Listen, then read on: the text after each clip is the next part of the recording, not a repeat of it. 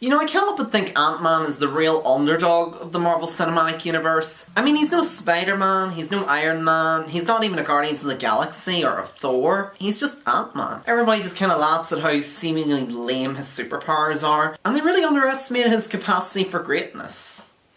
Poor guy.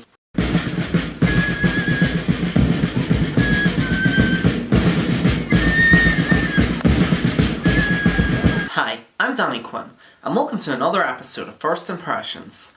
On today's episode, Paul Rudd and Evangeline Lilly shrink down to size as Ant-Man and the Wasp. The movie is set just before the events of Infinity War, where ex-con Scott Lang, played once again by Paul Rudd, has been placed under house arrest after the events of Captain America Civil War. He is haunted by visions of Janet Van Dyne, played by Michelle Pfeiffer, the long-lost disappeared wife of Hank Pym, played by Michael Douglas, and he's soon brought back into the fold by Pym and his daughter Hope, played by Evangeline Lilly, who are trying to find a way into the quantum realm to rescue Janet and fend off a new enemy in the form of Ghost, played by Hannah John Heyman, who wants to use their research for her own gain. So when it comes to the Marvel Cinematic Universe, I've always found the first Ant-Man in particular to be a very underrated film. It certainly came out of nowhere, and much like Guardians of the Galaxy beforehand, it was expected to be Marvel's first big flop. I suppose many people thought it was a very weird and lame concept, and it didn't exactly help that the film went through quite a few production troubles. The film was originally supposed to be directed by Edgar Wright, but he left over creative differences and was subsequently replaced by Peyton Reed, who's best known for stuff like The Breakup, Bring It On, and Yes Man.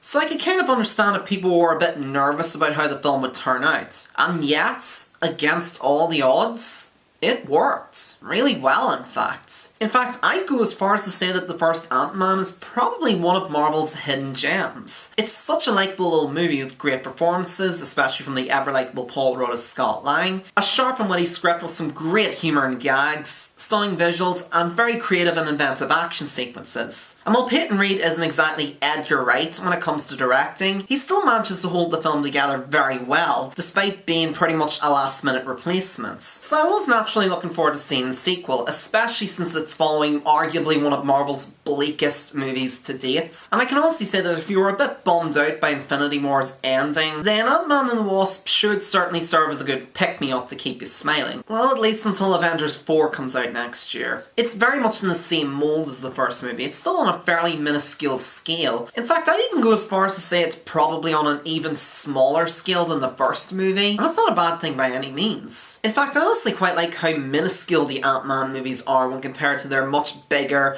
and more epically skilled cousins. It allows you to spend a little bit more time with the characters, which is easily one of the MCU's biggest strengths. This movie picks up from where Civil War left off for Scott Lang. He's now more or less in the same position he was in the first movie. He's in a shitty situation, he can't really do much of anything because the laws kind of intervened in his life. And Paul Rudd is still as likeable as ever, even if I do kind of get the feeling that the character of Ant-Man is largely sidelined for much of the movie. He doesn't really have much of an arc when compared to the original movie. He doesn't even really have that much to lose in the storyline either. He just kind of feels like he's along for the ride for much of the movie. He doesn't really have that much at stake. Outside of maybe the FBI finding out that he's breaking house arrest, he still has a fairly strong relationship with his ex-wife and her husband, played once again by Judy Greer and Bobby Cannavale. It kind of reminds me of his line in the first movie whenever he's trying to console Hope, and he's saying that he's basically expendable in their mission, and it's definitely very apparent when you watch this sequel. He doesn't feel as important to the overall story. He definitely feels more like a reactionary kind of character. Though I guess you could argue he does still have a personal involvement in the story, and especially in Pym's mission, since he is a friend of theirs. And not to mention he did go into the quantum realm, so I guess it's not that much of an issue in the long run. It's just more of a minor thing than anything else. And while Lang does kind of have a smaller role in the sequel, Evangeline Lilly's Hope has a considerably larger role in this film. She really spent much of the first movie on the sidelines and felt kind of underutilised for much of the movie, whereas in this film she's given much more to do and she really embraces and relishes becoming the Wasp. Lilly feels much more at ease in the role this time around. She does a fantastic job. She works off of Rudd very well, and the dynamic between the two leads is quite impressive. The film's story is a lot more focused on Hope this time around, in particular her relationship with her mother, Michelle Pfeiffer's Janet. There's quite a bit of time devoted to how her mother's disappearance affected her, which is really the emotional crux of the story. The expanded role of Hope in the sequel is easily one of the film's biggest strengths. Michael Douglas as Hank also gets something of a larger role in the sequel. He's not just your typical mentor mentor type. He's actively taking part in their mission. And you definitely learn a lot more about him in the sequel, which is definitely quite interesting. There's quite a few scenes between him and Lawrence Fishburne's Bill Foster, a former partner of his, and has had a strained relationship with ever since. And these scenes are pretty solid, even if they do make Hank come across as very unlikable. One thing I've always liked about the MCU films is that despite being all under the same continuity, they all have a very distinct feel to them. The Iron Man films are just straight up sci-fi, the Incredible Hulk is basically a monster movie, the first two Thor films are basically Greek fantasy, the first Captain America is basically an old-fashioned wartime adventure, the second Captain America is basically like a straight up political thriller, the Guardians of the Galaxy movies and Thor Ragnarok are basically big budget space operas, and while the first Ant-Man was kind of like a heist movie, this movie feels much more like a chase film. In fact, a friend of mine actually described the film rather humorously as a game of Get Little Lab, and he's not entirely wrong, because much of this movie revolves around them trying to get back